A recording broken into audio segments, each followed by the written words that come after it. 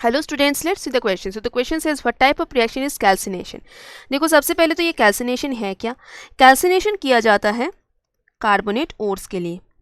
तो ये कार्बोनेट ओर जो है इसे हम हीट करके मेटल ऑक्साइड में कन्वर्ट करेंगे, लेकिन in absence of oxygen.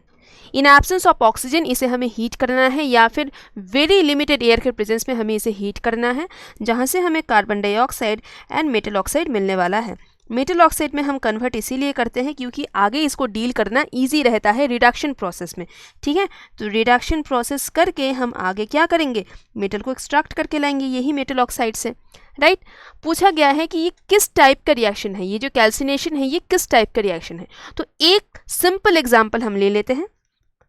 ZnCO3 इसको हम हीट कर रहे हैं in the absence of oxygen या फिर in the very limited air के प्रेजेंस में.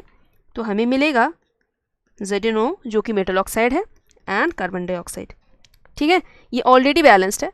आपको यहाँ दिख रहा है कि दिस इज अ रिएक्शन जहाँ पे सिंगल रिएक्टेंट है,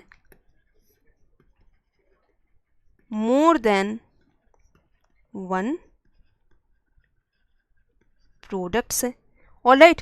तो ये किस तरीके का रिएक्शन हो गया, ये तो डिकम्पोजिशन रिएक्शन हो गया. और क्योंकि यहाँ पे हम हीट का इस्तेमाल कर रहे हैं तो ये थर्मल डिकम्पोजिशन रिएक्शन होगा. ये डिस्प्लेसमेंट रिएक्शन नहीं है, किसी को कोई डिस्प्लेस नहीं कर रहा है. रेडॉक्स रिएक्शन क्या है, ये एक सवाल है, इसको हम गौर से देखेंगे. देखो रेडॉक्स के लिए ना ऑक्सीडेशन नंबर का चेंज होना ज़रूरी है. कोई भी एक एलिमेंट का अगर ऑक्सीडेशन नंबर चेंज होता है तो हम उसे रेडॉक्स रिएक्शन कह देंगे. लेकिन देख लेते हैं यहाँ पे जिंक कार्बोनेट जो है, यहाँ पे जिंक का क्या ऑक्सीडेशन नंबर है, यहाँ जिंक का ऑक्सीडेशन नंबर है +2. ऑक्सीजन का क्या ऑक्सीडेशन नंबर है, एक एक ऑक्सीजन एटम का ऑक्सीडेशन नंबर है -2. कार्बन का यहाँ पे क्या ऑक्सीडेशन नंबर है, कार्बन का यहाँ पे ऑक्सीडेशन नंबर है +4. ठीक है, ये आपको समझ में आ गया. अब चलो प्रोडक्ट में आ जाते हैं. प्रोडक्ट में जिंक ऑक्साइड में अगेन जिंक का ऑक्सीडेशन नंबर +2 है, ऑक्सीजन का ऑक्सीडेशन नंबर है -2. ठीक है, तो चेंज नहीं हुआ है for oxygen and zinc in the ZnO.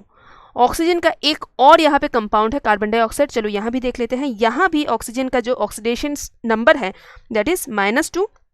ठीक है, एंड कार्बन का एक कार्बन है यहाँ पे. ठीक है, कार्बन का जो है दिस इज +4. ये जो -2 मैंने लिखा है this is for one particular atom of oxygen. ठीक है, तो यहाँ आपको साफ साफ दिख रहा है कि ना ही ऑक्सीजन का, ना ही कार्बन का, ना ही जिंक का, किसी का भी ऑक्सीडेशन नंबर या फिर ऑक्सीडेशन स्टेट जो भी आप कह लो ये चेंज नहीं हुआ है. तो यहाँ पे कोई रिडॉक्स नहीं हो रहा है, कोई ऑक्सीडेशन रिडक्शन यहाँ पे नहीं हो रहा है, and that is why A is not applicable here. ठीक है, डिस्प्लेसमेंट नहीं हो रहा है, कम्बिनेशन नहीं हो रहा है, ये तो साफ साफ समझ में आ ही जा रहा है. तो your answer is option C. I hope ये समझने में आपको कोई डिफिकल्टी नहीं है. Thank you so much.